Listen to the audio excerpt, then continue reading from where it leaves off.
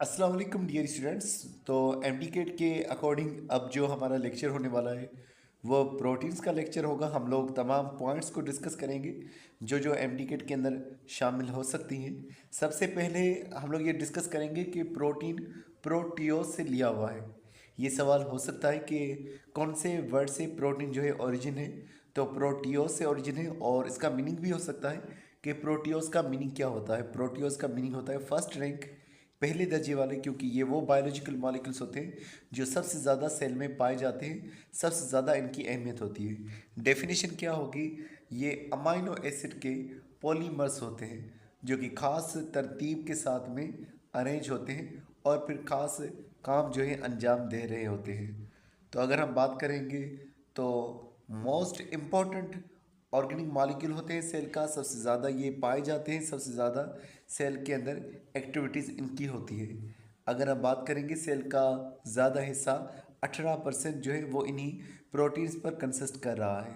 मज़ीद बात करेंगे इनके अंदर कार्बन हाइड्रोजन ऑक्सीजन तो मौजूद है, लेकिन इनमें नाइट्रोजन भी मौजूद हो सकता है और इसी वजह से इनको नाइट्रोजिनस कंपाउंड भी कहा जा रहा है। उसके अलावा इनके अंदर सल्फ़र भी मौजूद हो सकता है। मज़ीद अगर हम बात करेंगे तो प्रोटीन्स हमारे टिश्यूज़ को बना रहे हैं। बॉडी के कई सारे स्ट्रक्चर्स प्रोटीन के बने हुए, जैसे कि हेयर हो गया, नेल्स हो गया, या फीदर्स हो गए कुछ जानवरों के अंदर, या फिर हमारे हड्डियों के अंदर भी प्रोटीन मौजूद है। तो बॉडी के बहुत सारे स्ट्रक्चर्स प्रोटीन के बने हुए होते हैं। मज़ीद बात करेंगे कि गोश्त के अंदर प्रोटीन मौजूद हो सकता है, तो मीट, फिश, मिल्क, इनमें से प्रोटीन हासिल हो रहा है। अनाज जो है, दालें जो हैं, उनमें से भी प्रोटीन हासिल हो रहा है।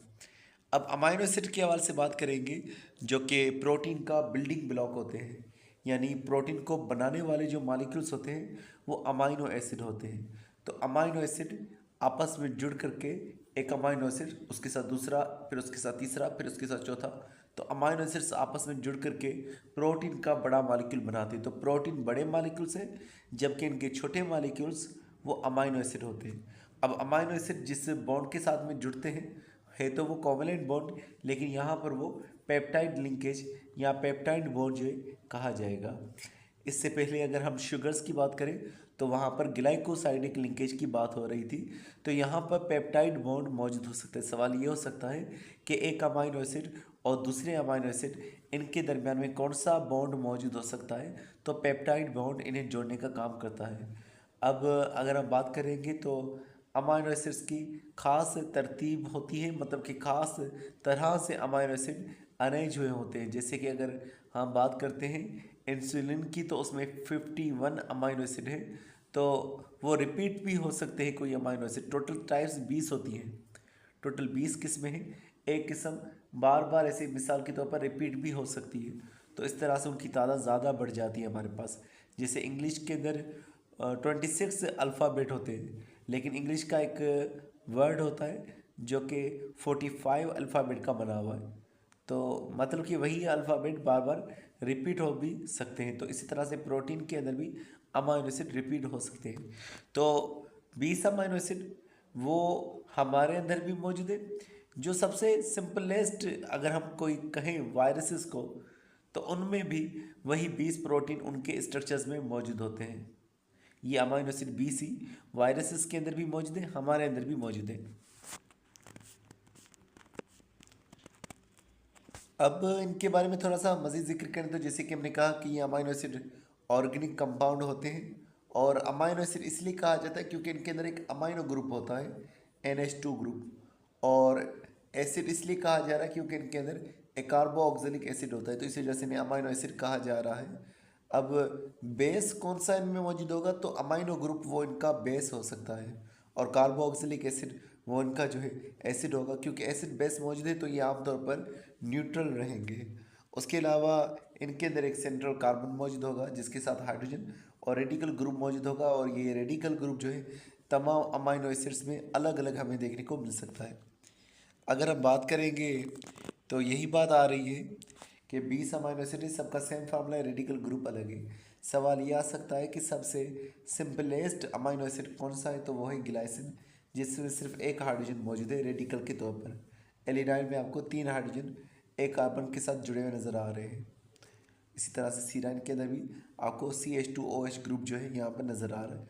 तो आर जो है वो अलग अलग हो सकता है 20 किस्मों के अंदर ही। फिर वही बात कि प्रोटीन कैसे बनते हैं, तो प्रोटीन के बनने में एक चीज़ होती है, वो है पेप्टाइड लिंकेज, जो कि एक अमाइनो एसिड और दूसरे अमाइनो एसिड के दरमियान बन रही होगी। तो इस तरह से हमारे पास बनेगा एक डाईपेप्टाइड। तो फिर डाईपेप्टाइड, उसके बाद पॉलीपेप्टाइड, यानी कि अमाइनो एसिड के बड़े मॉलिक्यूल्स प्रोटीन जो है हमें देखने को मिलेंगे। किस तरह से होगा, ये जो COOH ग्रुप मौजूद था, कार्बोक्सिलिक एसिड, इसी को हम इस तरह से भी लिख सकते हैं। तो इसके पास एक OH ग्रुप मौजूद है, और ये जो NH2 ग्रुप मौजूद था, इसको हम इस तरह से भी लिख सकते हैं। अब होगा ये कि OH ग्रुप और हाइड्रोजन ये हो जाएंगे अलग और बन जाएगा वाटर। और क्योंकि कार्बन अब फ्री हो चुका था और नाइट्रोजन भी फ्री हो चुका है, तो कार्बन और नाइट्रोजन के दरम्यान बनेगा बॉन्ड। ये सवाल भी आ सकता है कि अमाइनो एसिड्स में कौन से मॉलिक्यूल्स के दरम्यान में, कौन से एटम्स के दरम्यान में बॉन्ड बनता है, तो कार्बन और नाइट्रोजन के दरमियान में बॉन्ड बन रहा होता है। तो इस तरह से एक वाटर का मॉलिक्यूल निकलेगा और नतीजे में हमें डाईपेप्टाइड देखने को मिलेगा।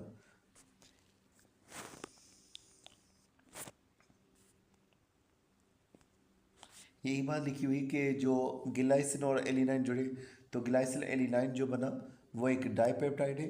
अब डाईपेप्टाइड के पास भी गुंजाइश होगी कि वो और मॉलिक्यूल्स को जोड़ सकता है। जैसे कि आपको यहाँ पर OH ग्रुप नज़र आ रहा है, तो एक और अमाइनो एसिड जिसके पास हाइड्रोजन होगा वो इसके साथ अटैच हो सकता है।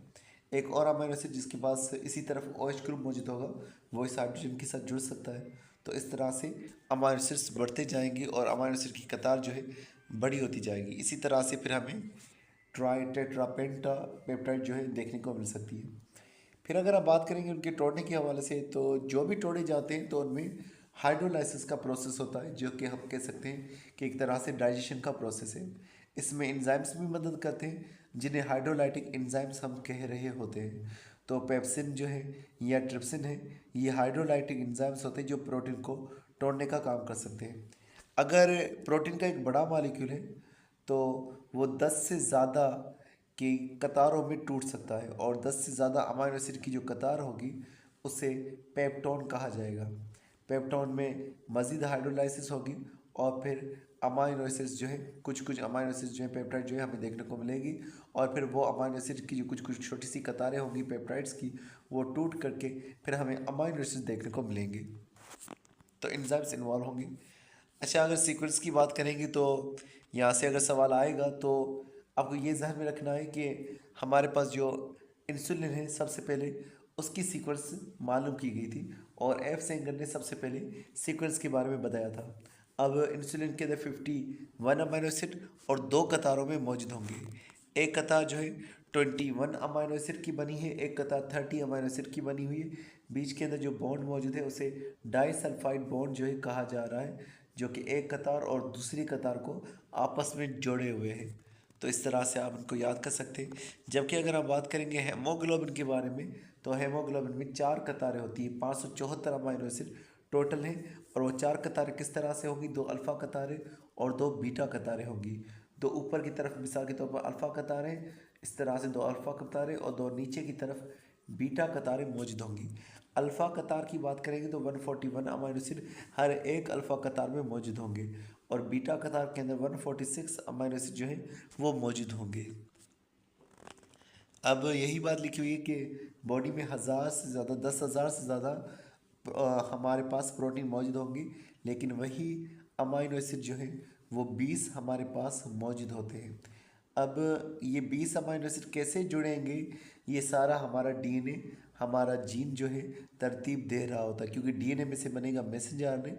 मैसेंजर आरएनए आगे जा कर के प्रोटीन बनाने का काम करेगा। तो मैसेंजर आरएनए वही सीक्वेंस लेकर आएगा जो उसे डीएनए में से हासिल हुई होगी। अगर डीएनए में कहीं पर चेंज आ गया तो फिर मैसेंजर आरएनए भी गलत बनेगा, और गलत जो है प्रोटीन का स्ट्रक्चर बन सकता है। तो इस तरह से प्रोटीन अगर गलत बना तो उसका पूरा फंक्शन जो है वो डिस्टर्ब हो सकता है। तो नॉर्मल फंक्शन कैरी आउट नहीं हो पाएगा अगर एक भी अमाइनो एसिड तब्दील होता है। एक एग्जाम्पल लिखी हुई है हेमोग्लोबिन वाली कि 574 अमाइनो एसिड है। हम पहले भी बात करें कि हेमोग्लोबिन में 574 अमाइनो एसिड है, लेकिन यहाँ पर एक बीमारी बनती है जब एक अमाइनो एसिड तब्दील होता है। एक अमाइनो एसिड कौन सा है? नॉर्मल तौर पर ग्लूटामिक एसिड है, लेकिन ये ग्लूटामिक एसिड की जगह पर एक दूसरा अमाइनो एसिड आ जाता है जो कि होता है वेलाइन। कौन से नंबर पे आएगा? 6 नंबर पर जो है ये वेलाइन जो है ग्लूटामिक एसिड की जगह पर आ जाएगी। यहाँ पर तो इस नंबरिंग में गलत है, ये 1 2 3 4 पाँचवा अमाइनो एसिड यहाँ पर इन्होंने नहीं लिखा, तो छठे नंबर पे ग्लूटामिक एसिड जिसकी जगह पर वेलाइन आ जाता है, जिसकी वजह से हमारे जो रेड ब्लड सेल होते हैं, क्योंकि हेमोग्लोबिन रेड ब्लड सेल्स के पास होता है, अगर रेड ब्लड सेल्स के पास हेमोग्लोबिन नहीं होगा तो उनकी शेप इस तरह से सिक्कल के जैसी हो जाएगी, और जब सिक्कल के जैसी हो जाएगी तो ये सेल्स फिर प्रॉपर ऑक्सीजन को कैरी आउट नहीं कर पाएंगे, सेल्स फंस जाएंगे, सेल्स मरना शुरू हो जाएंगे। सेल्स की कमी को अनीमिया कहा जाता है। तो सिक्कल के जैसे सेल होंगे और फिर अनीमिया जो है हो जाएगी, और इस तरह से एक इंसान की फिर आगे चल करके डेथ भी हो सकती है। अब थोड़ा सा अगर हम क्लासिफिकेशन ऑफ द प्रोटीन का जिक्र करें, आपकी सिलेबस में स्ट्रक्चर ऑफ प्रोटीन था, तो अगर हम क्लासिफिकेशन की बात करते हैं तब भी हमें स्ट्रक्चर यहाँ पर भी देखने को मिलता है।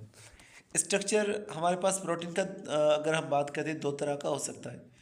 फाइब्रस प्रोटीन भी हो सकते हैं और ग्लोब्यूलर प्रोटीन जो है वो भी हो सकते हैं। अगर हम फाइब्रस प्रोटीन की बात करेंगे तो इनमें प्रोटीन के बड़े धागे मौजूद हो सकते हैं। इस तरह से एक धागा हो गया, उसके साथ दूसरा लपेटा हुआ धागा हो गया, तो ट्विस्टेड धागे जो है मौजूद हो सकते हैं।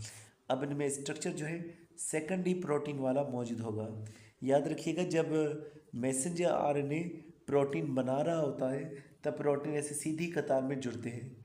ये सीधी कतार इनकी जुड़ी हुई ये प्राइमरी स्ट्रक्चर कहलवाता है, लेकिन ये कतार आपस में जब लपेट जाती है तो फिर सेकेंडरी स्ट्रक्चर वो बन जाता है। तो सेकेंडरी स्ट्रक्चर का इनमें हमें देखने को मिल सकता है इन फाइब्रस प्रोटीन के अंदर। और इसमें यही बात लिखी हुई कि बहुत सारी पॉलीपेप्टाइड की चेन जो है वो फाइबर्स बना करके मौजूद होंगी। ये वाटर में इनसॉल्युबल होंगी, ये नॉन क्रिस्टलाइन होंगी, यानी कि इनका एक रिपीटेड पैटर्न हमें देखने को नहीं मिल रहा। ये शुगर की तरह क्रिस्टल्स बना करके मौजूद नहीं होंगे, साल्ट की तरह दाने बना करके मौजूद नहीं होंगे, और ये दूसरा इलास्टिक इन नेचर होता है। तो ये स्ट्रक्चर बनाने का काम करेंगी सेल्स में एक ऑर्गेनिज्म के अंदर। जैसे सिल्क है वो भी प्रोटीन का बना हुआ है, मायोसिन जो है वो भी प्रोटीन है, मसल्स में मौजूद है। इसी तरह से अगर हम केराटिन की बात करेंगे ये भी प्रोटीन है। तो ये स्ट्रक्चर बनाने का काम कर रहे होंगे। ग्लोब्यूलर प्रोटीन की अगर हम बात करेंगे तो ये जो है राउंड शेप के हो सकते हैं, स्फेरिकल हो सकते हैं, और 3 डायमेंशनल इनका मुख्तलिफ डायमेंशंस में जो है बिखरे हुए हमें नज़र आएंगे। 3 डायमेंशनल शेप इनका नज़र आएगा। और सेकेंडरी प्रोटीन भी फोल्ड बना करके मौजूद होंगे, फिर वो फोल्ड टर्शरी या क्वांटरी स्ट्रक्चर हो सकता है। तो लपेटे हुए प्रोटीन ऐसे फोल्डेड नज़र आएंगे, तो सेकेंडरी स्ट्रक्चर जो है वो टर्शरी या क्वांटरी में तब्दील हुआ होगा। अब ये सॉल्युबल होते हैं साल्ट वाले पानी के अंदर, एसिड वाले पानी के अंदर, और बेस वाले पानी में भी ये सॉल्युबल हो सकते हैं, या अल्कोहल में भी ये सॉल्युबल हो सकते हैं। मज़ीद बात करें तो ये क्रिस्टलाइज भी हो सकते हैं, रिपीटेड अरेंजमेंट में भी पाए जा सकते हैं, और जो है ये चीनी की तरह भी जो है दानों की सूरत में भी आ सकते हैं। मज़ीद बात करें ये फंक्शनल रोल प्ले करते तो एंजाइम एंटीबॉडीज़ हार्मोन्स के तौर पर या ट्रांसपोर्ट प्रोटीन के तौर पर, हेमोग्लोबिन के तौर पर ये मौजूद हो सकते हैं। अब अगर हम इनके नामों का जिक्र करते हैं कि कौन कौन से प्रोटीन है। एक्टिन, ये हमारे मसल्स को बनाने का काम करता है। एक्टिन मायोसिन दोनों मसल्स में मौजूद होते हैं। अमाइलोइड का जिक्र किया जा रहा है। सेल सरफेस प्रोटीन हम पहले ही कई दफ़ा जिक्र कर चुके हैं कि सेल के सरफेस पे जो भी प्रोटीन होगा वो सेल सरफेस प्रोटीन होगा, लेकिन अमाइलोइड कोई नॉर्मल प्रोटीन नहीं होता, एबनॉर्मल प्रोटीन जो है ये मौजूद होता है। और अगर हम बात करेंगे एक और प्रोटीन के हवाले से, फाइब्रोइन के हवाले से, तो ये एक इंसेक्ट में से निकलता है, जैसे मकड़ी में से जाला निकलता है, तो फाइब्रोइन एक इंसेक्ट कैडिस फ्लाई में से निकलता है। फिर वो इसका इस्तेमाल करता है चीज़ों को पकड़ने के लिए, जैसे पत्थर हो गए, टहनियाँ हो गई, उन्हें पकड़ता है ताकि वो एक जाल बना सके शिकार के लिए। कॉन्ड्रोकेलिन की बात करेंगे तो ये एक्स्ट्रा सेल्यूलर मैट्रिक्स को बनाता है, यानी सेल के बाहर जो मिक्सचर होगा वहाँ पर कॉन्ड्रोकेलिन मौजूद हो सकता है। कोलेजन की बात करेंगे तो ये मजबूती देता है, इलास्टिसिटी देता है स्किन को, और उसके अलावा कार्टिलेज में भी मौजूद होगा, लिगामेंट्स में मौजूद होगा, टेंडोन्स में, बोन्स में और टीथ में भी मौजूद होगा। अगर हम बात करेंगे इलास्टिन के हवाले से तो ये रेजिलेंस, लचक देता है, इलास्टिसिटी देता है टिश्यूज़ को और ऑर्गन्स को। इलास्टिन से ही हमें ज़ाहिर हो रहा है कि ये इलास्टिसिटी देने वाला है। उसके अलावा फाइब्रिलिन की बात करें तो ये एक ग्लाइकोप्रोटीन है, एक कॉन्जुगेटेड मॉलिक्यूल है जो कि फोर्स बेयरिंग स्ट्रक्चर सपोर्ट जो है दे रहा है इलास्टिक और नॉन इलास्टिक टिश्यूज़ को। अगर हम बात करेंगे जिलेटिन के हवाले से तो कोलेजिन में से हासिल होता है ये। कोलेजिन जो हड्डियों में मौजूद है, कोलेजिन जो स्किन में मौजूद है, उसमें से एक न्यूट्रिशन वाला प्रोटीन हासिल किया जा रहा है जिसे जेलेटिन कहा जा रहा है। अब एक और यहाँ पर नाम लिखा हुआ स्क्लेरा प्रोटीन। असल में स्क्लेरा कहते हैं हमारे आँख वाला जो वाइट हिस्सा होता है, जो आँख की लेयर होती है, उसे स्क्लेरा कहा जा रहा है। तो स्क्लेरा में कई सारे प्रोटीन हो सकते हैं, केराटिन भी होगा, कोलेजिन भी होगा, इलास्टिन भी होगा, फाइब्रिन भी होगा। तो स्क्लेरा कोई स्ट्रक्चर नहीं है, कोई प्रोटीन नहीं है, बेसिकली एक स्ट्रक्चर है। तो स्ट्रक्चर जैसे स्किन है वो भी केराटिन का बना हुआ है, वो भी कोलेजिन का बना हुआ है। स्ट्रक्चर में तो कई सारी चीज़ें हो सकती हैं। अच्छा, टाइटिन की बात करें तो ये मायोसिन और एक्टिन इन दोनों को स्टेबलाइजेशन और इलास्टिसिटी दे रहा है। एक्टिन होना चाहिए, यहाँ पर एक्शन लिखा हुआ है। ट्यूबलिन की बात करें तो ये माइक्रो ट्यूबल्स को बनाता है। आगे हम पढ़ेंगे कि हमारे सेल के अंदर कुछ स्ट्रक्चर्स होते हैं जो सपोर्ट देने का काम करते हैं, माइक्रो ट्यूबल्स हम कह रहे होते हैं उनको। और ये जो है सेल डिवीजन में भी रोल प्ले करते हैं। सेंट्रल जो है माइक्रो ट्यूबल्स का बना होता है। फ्लैजिला जो होते हैं वो भी माइक्रोट्यूबल्स के बने स्ट्रक्चर्स होते हैं। तो माइक्रोट्यूबल्स में जो प्रोटीन है वो ट्यूबलिन। केराटिन की बात करें, हमारे हेयर में, हमारे स्किन में, हमारे नाखून में केराटिन भी मौजूद हो सकता है। फिर बात करते हैं हम लोग कुछ फंक्शनल प्रोटीन के हवाले से। तो डाइजेशन के अंदर अमाइलेज है जो शुगर्स की डाइजेशन में इन्वॉल्व होगा, लाइपेज है जो कि लिपिड्स की डाइजेशन में इन्वॉल्व होगा, पेप्सिन और ट्रिप्सिन ये प्रोटीन की डाइजेशन करेंगे। ट्रांसपोर्ट में हेमोग्लोबिन है जो कि ऑक्सीजन और कार्बन डाइऑक्साइड को ट्रांसफ़र करेंगे। अल्ब्यूमिन की अगर हम बात करते हैं तो वो भी मुख्तलिफ़ चीज़ों को ट्रांसपोर्ट करने का काम कर रहा होगा। हार्मोन्स की बात करेंगे, इंसुलिन और थायरोक्सिन। इंसुलिन शुगर को कंट्रोल करेगा, थायरोक्सिन मेटाबॉलिज्म को कंट्रोल करेगा। इम्यूनोग्लोबिन हम एंटीबॉडीज़ को कह रहे हैं जो कि फॉरेन पैथोजिन बीमारी वाले जो होंगे जरासीम, उनसे हमें हिफाजत करेंगे। इंटरफेरोन्स वायरस वगैरह की हमें खबर देंगे। कॉन्ट्रैक्शन में एक्टिन मायोसिन होंगे, मसल कॉन्ट्रैक्शन में इन्वॉल्व हो जाएंगे। और कुछ प्रोटीन सीड में मौजूद हो सकते हैं जिन्हें लिग्यूम स्टोरेज प्रोटीन कहा जा रहा है, जो कि फूड को स्टोर करेंगे और जब एम्ब्रियो को ज़रूरत होगी तब उसे वो जो है फूड प्रोवाइड कर रहे होंगे। और इस तरह से एग के वाइट के अंदर भी प्रोटीन होता है जिसे अल्ब्यूमिन बोल रहे होते हैं। यही अल्ब्यूमिन गर्मी की वजह से जो है सॉलिड की शक्ल इख्तियार कर देता है, वाइट सा हमें नज़र आने शुरू हो जाता है। तो इसके अंदर भी काफ़ी सारे न्यूट्रिएंट्स मौजूद होते हैं जो कि फिर एग की डेवलपमेंट में इस्तेमाल हो जाते हैं। तो ये हमने प्रोटीन को सारा ही आज की इस वीडियो के अंदर वन शॉट में हमने डिस्कस किया। इंशाल्लाह अगली वीडियो के अंदर हम लिपिड्स को जिक्र करेंगे, जो एमडी किट से रिलेटेड टॉपिक्स हैं वही जिक्र किए जाएंगे। कोई सा भी सवाल आपका हो, कोई भी चीज़ समझ नहीं आए हो तो वो आप पूछ करके हमें बताइएगा ताकि फिर उस पर हम लोग एक अलग से वीडियो भी बना सकें। और ये वन टाइम कोर्स किसकी जो है फ़ीस होगी तो बहुत ही मिनिमम फ़ीस 1000 के अंदर आपको बायोलॉजी कवर कराया जा रहा है। अगर आप लोग केमिस्ट्री और फिज़िक्स भी पढ़ना चाहते हैं तो जस्ट 2000 की फ़ीस जो है आपसे चार्ज की जाएगी। तो काफ़ी अफोर्डेबल कोर्स है, आप स्टूडेंट्स के लिए खास जो है ये डिज़ाइन किया जा रहा है। तो मिलते हैं नेक्स्ट वीडियो में, तब तक अपना बहुत सारा ख्याल रखिएगा। अस्सलाम वालेकुम।